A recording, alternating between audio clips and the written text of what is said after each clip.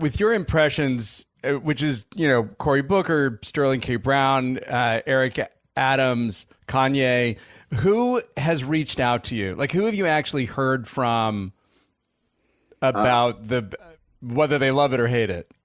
Eric Adams. I've heard from. I know he loves it, which is cool because that's one of my favorites for sure. I know Kanye don't like my impression, but I don't care that much.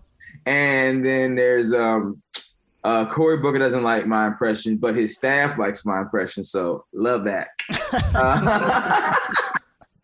Yeah, it means I'm doing something right. Yeah, I mean Sterling likes my impression now. The first time I did it, he did not like it. He just thought it could be better. And so he texted me. Really? Wow. Yeah. And he never told me that. He just didn't say anything the first time I did it. And then I did it we had this NBC, it was like this NBC corporate thing, and I did a family, and we did like a Family Feud sketch for it, and I played him in it, and it was like all ABC family. And then he texted me, he was like, "Yeah, you got me that time. You got me." I'm like, all right. So it's always nice. Oh, and Stephen A. Smith was really cool about that. And I like that's one of my favorite impressions to do too. So. And then Cat Williams. I mean, I haven't heard from Cat, but and I probably won't. But I really love doing that impression a lot. So I mean, most people I've heard from, and they're pretty cool about it for the most part. How did Kanye? Did Kanye tell you directly he didn't like your impression? No, he told me through action. I did it. I did the impression. He was there with Chappelle and some other folks, and I tapped him on the shoulder to say what up, and he didn't fully turn around. He just did this Batman thing. Like he just did this real quick, and I was like, so he don't like it. Yeah, was my takeaway. But it's all good. You know what I mean? Sometimes people can't take a joke, and it's all good.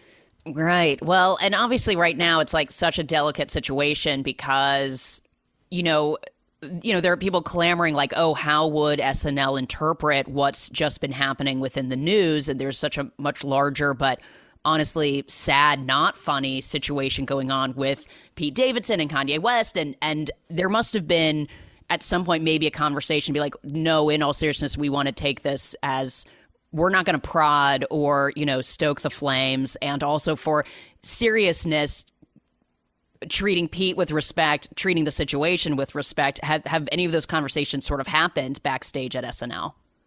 Well, when it comes to Ye, I'm always of the mind that I'll make fun. Look, I was raised joking. You clown, you clown people. That's kind of how we come up. Me and Ye from the same place. We know the same people.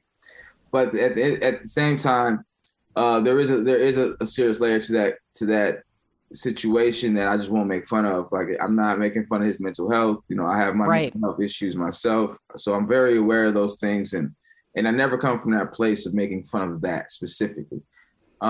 His irresponsibility of it is what I make fun of, but in his ego. But it's never those things. And then when it comes to I've been on the phone with our mutual friends, and when it's gotten really public and tight, it's just better not to put your friend in a weird situation by antagonizing a situation more than you need to.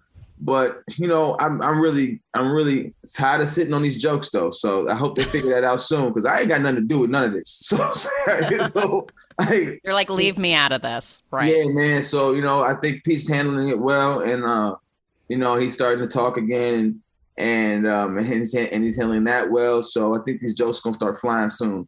But you always want to make sure on both sides of it. Even though me and Ye aren't friends, I want the best for that dude too. So I'm still a fan of his music. I just and I hope that he learns how to handle this so they can just move on with their lives. But it's not interesting to me to stir the pot on something that just unhealthy.